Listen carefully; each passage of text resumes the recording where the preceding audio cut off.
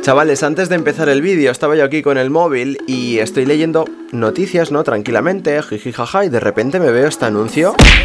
¿Qué clase de anuncio inteligente es esto, tío? Google, tío, que yo tengo una autoestima, chaval. O sea, méteme yo que sé, unas flores o algo, ¿no? En fin, vamos con el vídeo. Chavales, buenos días, me acabo de levantar y mi novia se va a disfrazar de monstruo marino. Sí, lo habéis oído bien, voy a hacer unas fotos, así que vamos a ver qué está haciendo.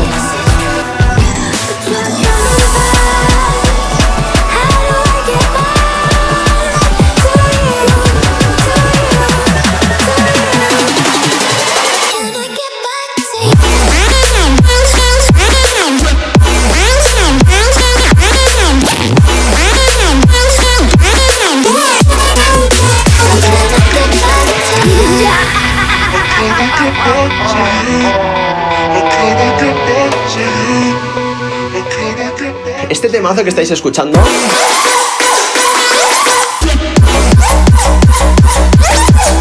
ya ha salido, Stop of the World. El que lo quiera, el link está en la descripción del vídeo, ¿ok? Bueno, chicos, vamos ya con las preguntas y las respuestas. He de decir, sí, llevo otra ropa porque estoy editando el vídeo ahora y he visto que el vídeo dura bastante, con lo cual lo voy a dividir en varias partes. Igualmente, si queréis más preguntas de las que no salgan aquí, me las dejáis aquí abajo y habrá más ediciones con más cosas interesantes. Vamos construyendo todos juntos, ¿vale? Estas son las preguntas que vamos a ver hoy. Vamos allá. Había salido a la calle porque era un fondo mucho más interesante, pero se me ha puesto a llover y bueno, lo voy a hacer aquí dentro del estudio. Racing Tapia me pregunta: What is your favorite show to watch? Bro, I don't see any show since years ago, like 8 years ago. Kisala Music me pregunta de dónde salió el nombre de SUPRMODE. ¿Y el logo? El nombre de SUPRMODE salió de que Handry, mi manager, y yo estuvimos mucho tiempo buscando nombres y enviándonos nombres totalmente aleatorios. Estuvimos como 3 semanas enviándonos nombres hasta que nos gustó este y estaba inspirado en la formación de Swedish House Mafia antes de ser Swedish House Mafia. El tema este de Tell Me Why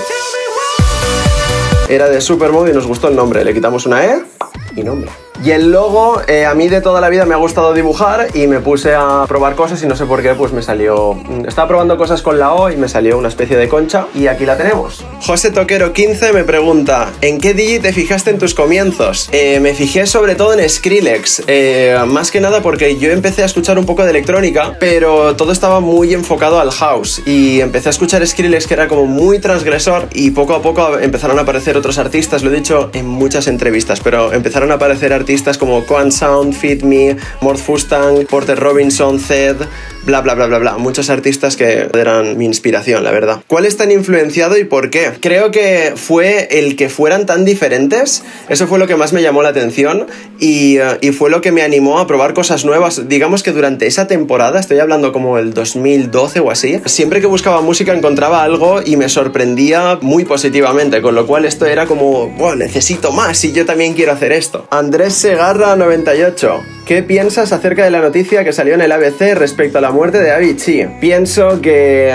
es una prensa generalista e intentaron abarcar el tema como buenamente supieron y no fue muy acertado. Además creo que es, ¿cómo se llama esto? Carne de brasero. Creo que es muy fácil atacar al tema de las drogas y todo esto, especialmente cuando no conoces mucho la historia y cuando Avicii ya tuvo algún incidente con las drogas y demás. Atacaron por ese lado, no me parece muy correcto, pero bueno. Vale, Andrés Segarra 98 también me pregunta: ¿con qué 5 productores de música electrónica internacional te molaría hacer una colaboración? Con todos los que he mencionado antes, toda esta nueva generación que entraron y se quedaron ahí, Kill the Noise, Virtual Riot también me encanta, Joyride me gusta, lo que pasa es que ha desaparecido un poco, ¿no? ¿Qué piensas del panorama de la música electrónica española? ¿Cómo la ves? Saludos desde Murcia. Me lo pregunta / Miguel74. Pienso que estamos en una época muy buena. De hecho, una de las cosas que me motivó a empezar en todo esto, aunque suene un poco cruel, es que yo no veía luz en mi país. Es decir, como estaba diciendo antes, veía que en el extranjero, especialmente en América, estaban proliferando muchos artistas muy innovadores y habían nombres con mucho peso a nivel internacional, y en España no había nada que me llamara la atención a ese nivel. Entonces hay mucha gente que cree que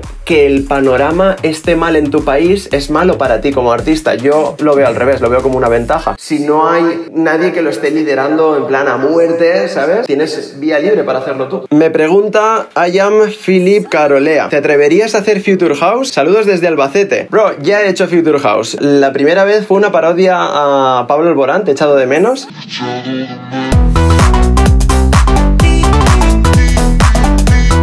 Pero llegué a hacer bastantes más temas, lo que pasa es que pues en esa época no lo hacía de manera profesional, era como un hobby y pues nunca llegaron a salir del ordenador. Voy a dejar un par de cortes aquí.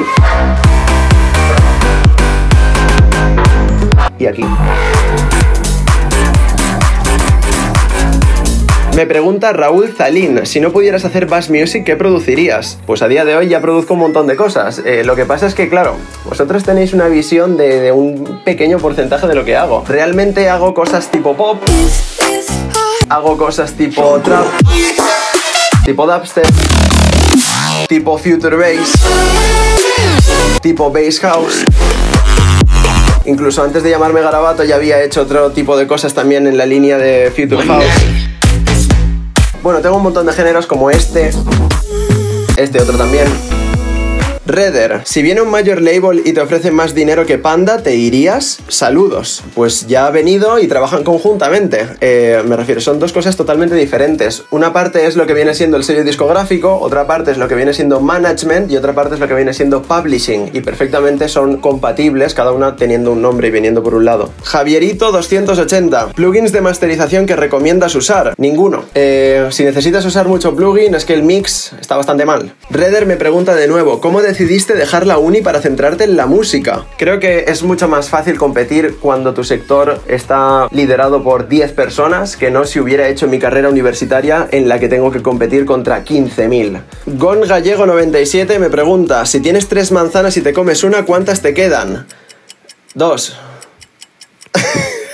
Drew Fleet me dice, ¿crees que la evolución y aparición de nuevos géneros y subgéneros ha llegado a su tope? Habla un poco sobre esto. No, es decir, creo que han aparecido muchos géneros, pero creo que todavía queda muchísimo por hacer. De hecho, últimamente estoy trabajando bastante en ello y cuando la gente piensa en crear un género, suena como muy transgresor, ¿no? Como el lienzo en blanco, tengo que crear nuevas normas, un juego nuevo.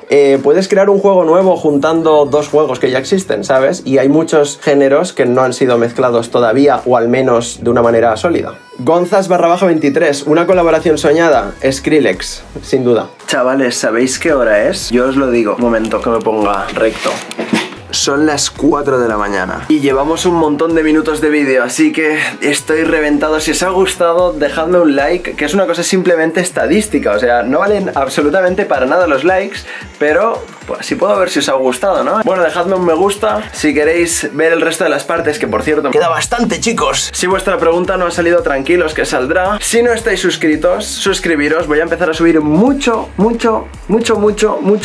contenido y espero que estéis aquí para verlo. Activad la campanita porque se vienen cositas. Y con esto yo, un bizcocho, despido el primer preguntas y respuestas. Hasta la próxima. Garabatto, ¿por qué no te afeitas? Pronto.